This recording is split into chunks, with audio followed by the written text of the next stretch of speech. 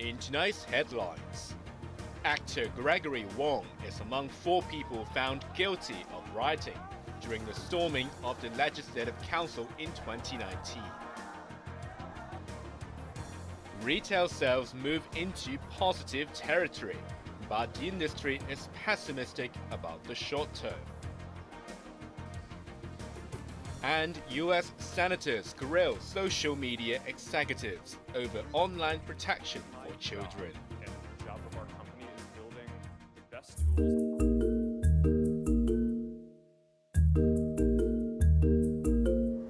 Actor Gregory Wong and 3 others have been convicted of rioting during the storming of the Legislative Council on the handover anniversary in 2019.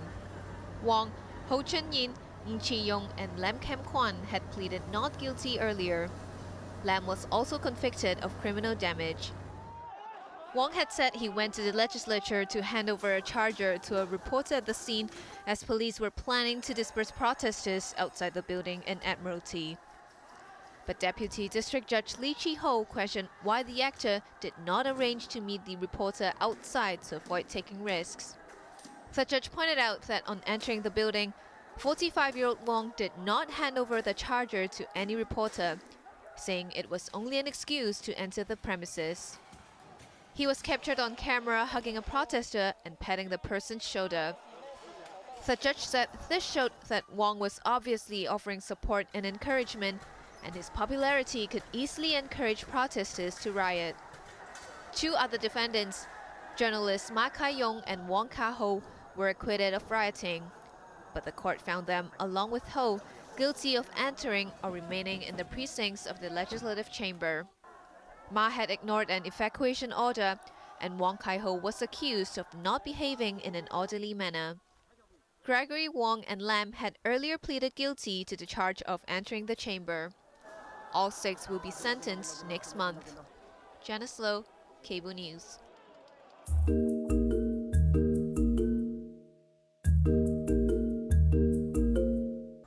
The Mental Health Association has expressed concern after a survey found that the percentage of respondents who felt seriously depressed had surged to a 6-year high. Almost 3,000 people aged between 18 and 75 were questioned in a study conducted every 2 to 3 years.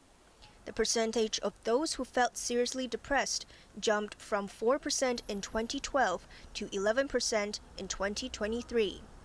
Hong Kong University professor Ng Siu Man emphasized that it was not a reflection of the number of diagnosed depression cases, but said it's worth paying attention to the survey's results. Respondents said family, work, and health were the top 3 sources of stress last year. The survey found that people aged 18 to 24 had the highest level of depression, anxiety, and insomnia. The association's assistant director, Stephen Wong, said society should pay more attention to the mental health of young people. Higher education institutions should introduce more mental health courses, and the government should set up centers to learn about their emotional health, Wong added. He also suggested online counseling or self-learning courses specifically for men, as the survey showed that a higher percentage of males felt seriously depressed and refused to seek help. Maisie Mock, Cable News.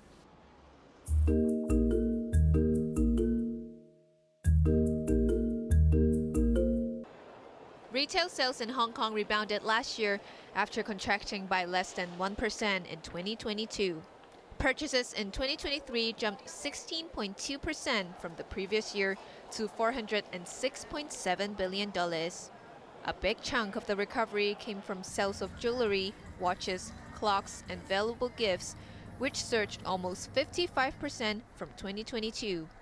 Sales in December improved for the 13th consecutive month to stand at $36.3 billion, but growth at 7.8% from a year earlier missed market expectations of 12.8%. The pace of growth was less than half of November's rise. Purchases of clothing, footwear, and allied products grew 18.3% in December and 41.3% for the whole of last year. Supermarket sales dropped 5.7% last year and were down 6.3% in December. The executive director of the Hong Kong Retail Management Association warned of a possible setback in the short term. We expect retail sales to experience a single-digit or even low double-digit decline in the first half of this year. There are a number of factors affecting the industry, such as the increasing trend of Hong Kong people traveling to the mainland, a strong Hong Kong dollar and weak renminbi, and a drop in local spending due to the weak economy. Law said the industry will focus on improving the city's competitiveness and showcase its uniqueness to attract consumers. Janice Low, Cable News.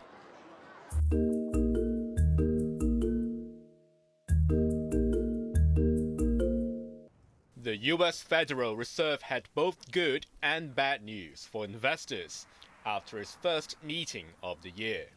First, the good news. Apart from keeping its benchmark interest rate unchanged, the central bank confirmed that the upward cycle is over. We believe that our policy rate is likely at its peak for this tightening cycle, and that, if the economy evolves broadly as expected, it will likely be appropriate to begin dialing back policy restraint at some point this year. Then the bad news. Powell hinted that any rate cut would not come until after March at least. Based on the meeting today, I would tell you that I don't think it's likely that the committee will reach a level of confidence by the time of the March meeting to identify March as the time to do that. Inflation in the United States now stands at 3.4%, a far cry from the peak of 9.1% 18 months ago, but still well short of the Fed's target of 2%. Major banks in Hong Kong responded to the Fed's announcement by keeping their prime rates unchanged, 5.875% for HSBC, Hang Seng, and Bank of China, and 6.125% for Standard Chartered. The Monetary Authority warned that interest rates may remain high for some time and urged people to assess the risks when buying properties or taking out mortgages. Raymond Yang, Cable News.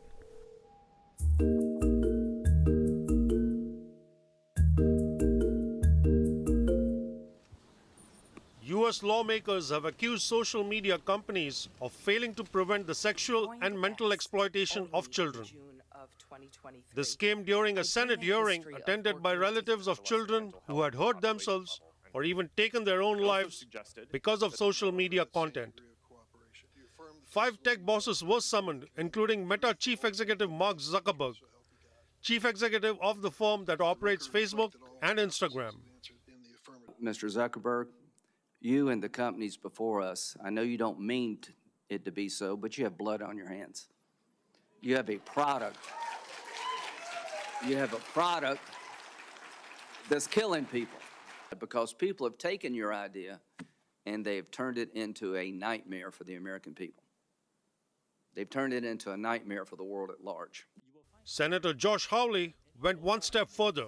Your product is killing people. Will you personally commit to compensating the victims? And you've made billions of dollars on the people sitting behind them. Are you here? You've done nothing to help them.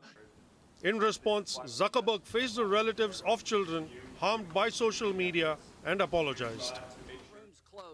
The Senate committee is investigating issues youngsters face online, including bullying, sexual predation, and unrealistic beauty standards.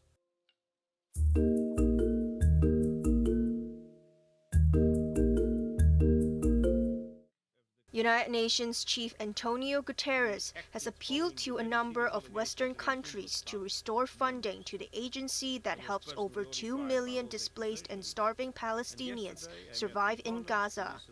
The United States and at least 12 other countries have stopped financing the United Nations Relief and Works Agency for Palestinian Refugees, or UNRWA. This came after Israel claimed that a few UNRWA employees were involved in the Hamas attack in October. The UN agency sacked the employees accused by Israel and launched an investigation. A Norwegian relief official posed a question to the countries that withdrew funding.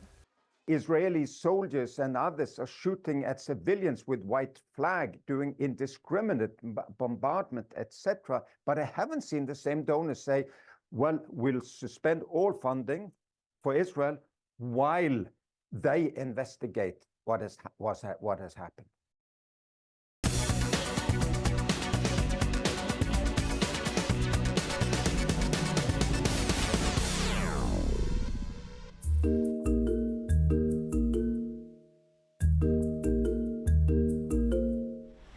After suffering its worst January performance since 2016, the Hong Kong stock market started February on a positive note. Cheered by news that interest rates remain unchanged, the Hang Seng Index rose 0.5 percentage point. Mainland heavyweights led the charge, with online games giant NetEase gaining 2.8%, while Tencent rose 0.4%. As the weather turned cooler, investors sank their teeth into hot pot restaurant chain Haidilao, which jumped 4.6%. The mainland's biggest delivery platform, Meituan, closed 2.5% higher.